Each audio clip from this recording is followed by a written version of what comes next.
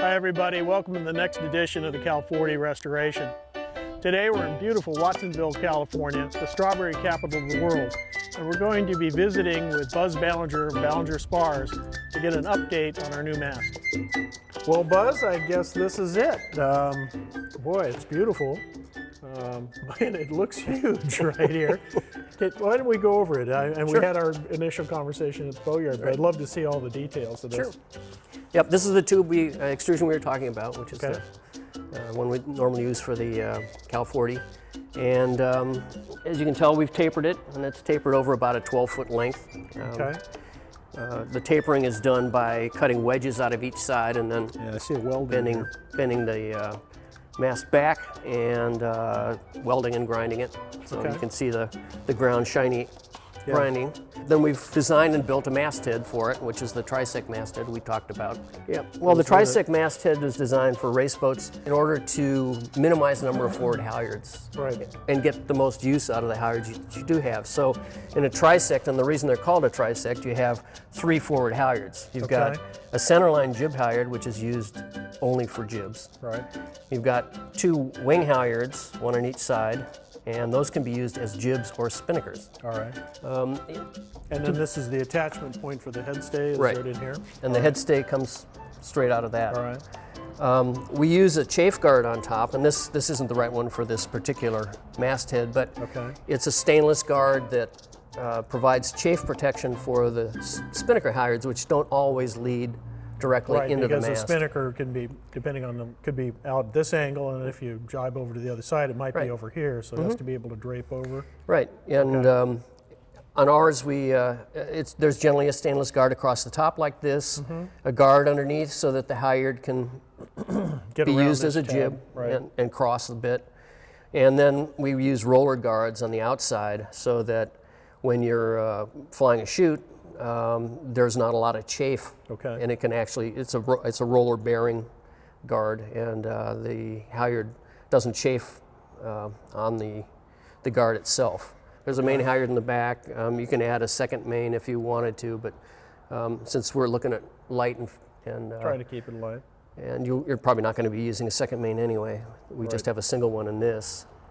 We can also, for offshore work, this again isn't the right guard, but the top of the chafe guard can have a plate like this with bails for external halyards, which for offshore sailing, especially Transpac or Pacific Cup, long distance cruising, it's really nice to have an external halyard, which allows the halyard to remain outside of the mast, and there's no chafing. Because this does have to run over other pieces of equipment inside the mast. It runs down. I mean, the fact that you're taking a halyard and sometimes you're making 2 90-degree turns in a very short period, it does create some wear. It's the lightest of the mastheads, and it's the most functional from the standpoint of the number of halyards that you can use. At the insistence of the sailmaker, as we move down the rig here, it had some things that I hadn't even thought about came out when we started really defining the rig. Cammy Richard made the suggestion that we raise this up a bit and have it do double duty. Normally this is a spinnaker pole topping lift. His contention is that the boat has a window in certain conditions where a jib chop jib combined with a staysail will really put a lot of sail area forward to the mast, really balance the boat and make it go. So what do we need to do to accommodate his request? This actually happens a lot. There's quite a few boats like to have the option for interforce stays and staysails, or in this case, just a staysail. There are 2 things we have to do. One is we have to put a strong box in the mast. Most topping lifts don't require a big heavy box.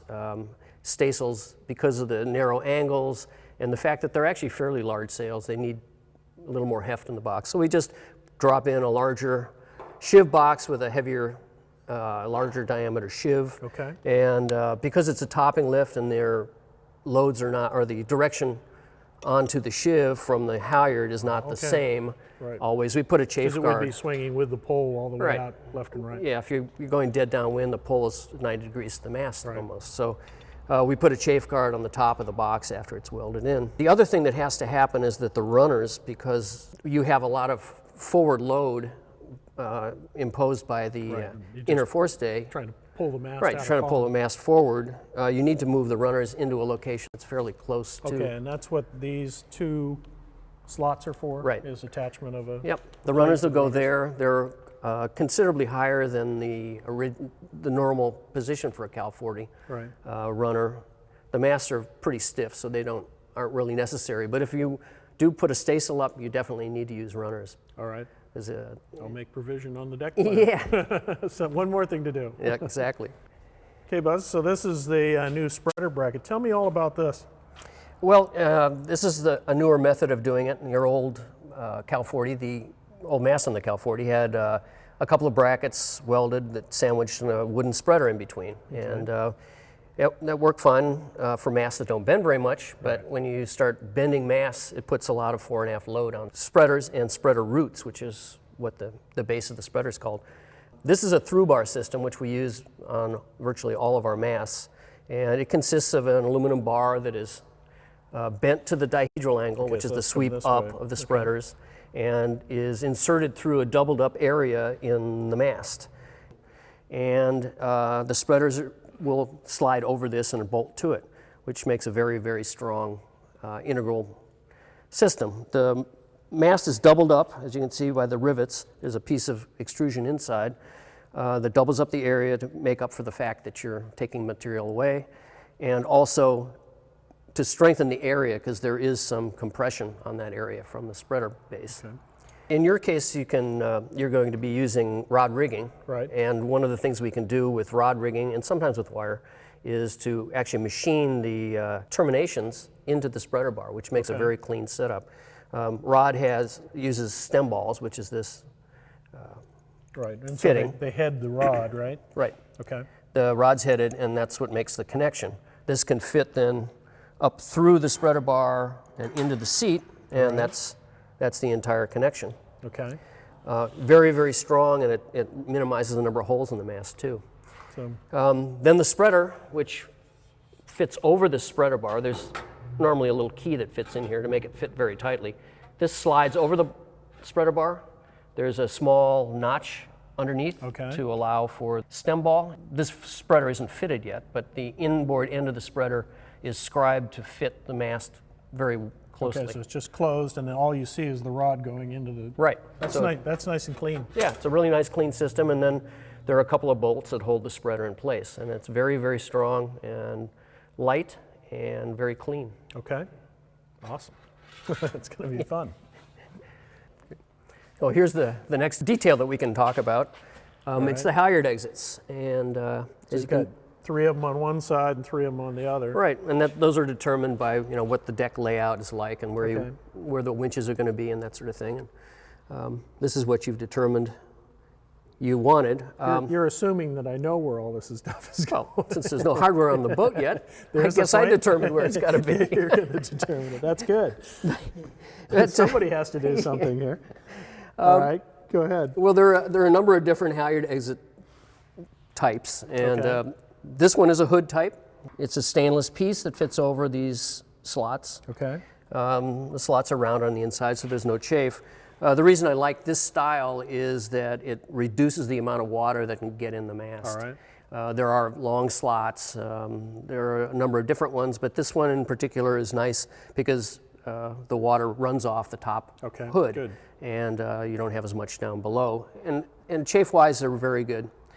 The halyard exits, it's really important that they're staggered because it is a weak point. And with the boom thrust, there's a lot of loading in the bottom part of the mast, and it's important to stagger them. We stagger them by a foot in between each, opposite sides all the way down. And the locations, as I said, are based on where the deck turning blocks are. Right. And you want to have a nice clean lead for that. We also have provision for what are called chicken stays, which are small wires that go to the tow rail on each side of the boat. The idea being when you're jibing or when you're sailing downwind, it will help reduce the compression from the spinnaker pole, especially for pole reaching.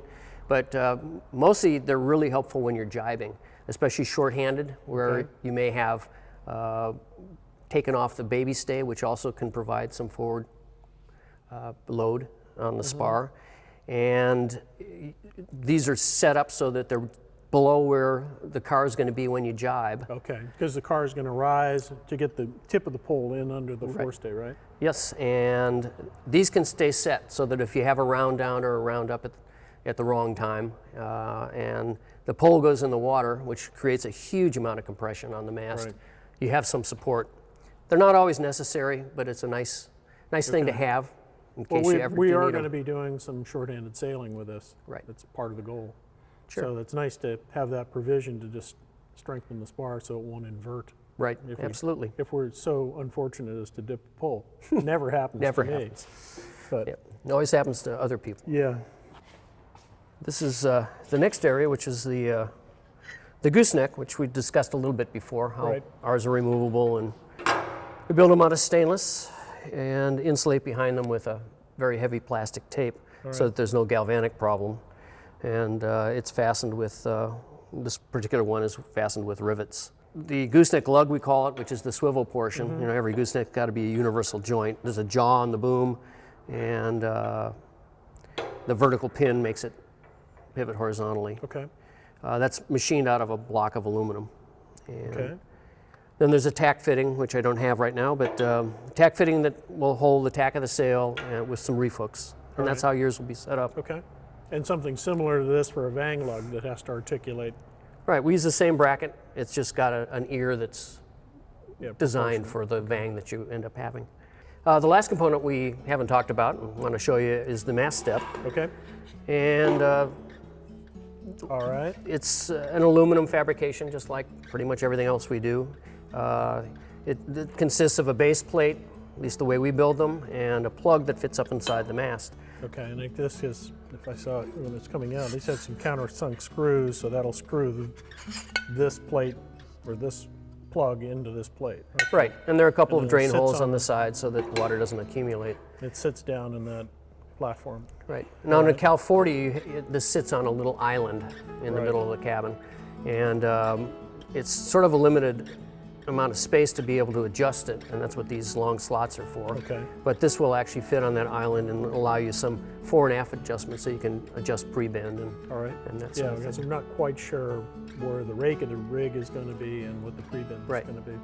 Right, so it gives you some latitude for that, and it's the bottom of the mast we double up so that all the compression has got extra area right. to spread its load over, and you know, it's pretty straightforward. There's one more actually fairly large question, and that's the type of finish Okay. that you want on the mast. It can be anodized or paint, and there's an aspect to that that you have to decide on, and that's the splicing, because as the mast sits now, it's 48 feet long. That's the maximum length of our extrusion, and we'll have to add 2.5 feet to it, Okay. minimum. The big problem is with an anodizer, they have a tank length requirement, and in our case, they have a 43-foot tank, which means we would have to put the splice at 43 feet. With the anodizing, because we have to be able to assemble it and disassemble it, we have to use what's called a screw splice. That's an inner sleeve with a bunch of countersunk screws holding it in place. Very strong, strongest part of the mast, but it's an aesthetic issue. With a painted mast, we can use what's called a welded splice, which is essentially invisible. It's plug welded, same sleeve, but plug welded, and the welds are ground, and the paint goes over it, so you don't see it. Well, Fred, this is an anodized boom. Okay. It's called clear anodize, and the other option would be a black anodize, Right. which is exactly what it sounds like. It's black. Okay. This is a very hard, very durable surface, Okay. and it works quite well on spars. I mean, the biggest problem is someone with a tank long enough to be able to do it. The paint on the boom tends to last quite well. Again, we have to insulate the stainless and, All right. and do the smart things to make it last. But I think you'd be happier if you had Yeah. both of them I've had match. pretty good luck with painted aluminum rigs. And I think it's a lot is how you care for them and the preparation of them when you're putting fittings down. Right. But certainly found that you can get a minimum of 10 years out of a properly done paint job.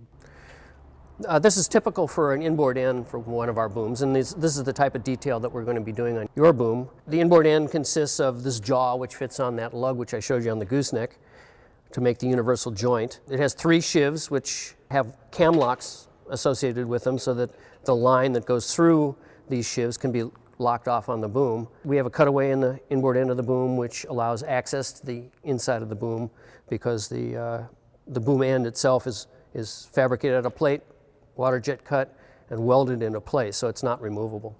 But as a result, it's very strong, and you don't get those loose ends like castings sometimes have. We'll move down to the outboard end and talk about that a little bit.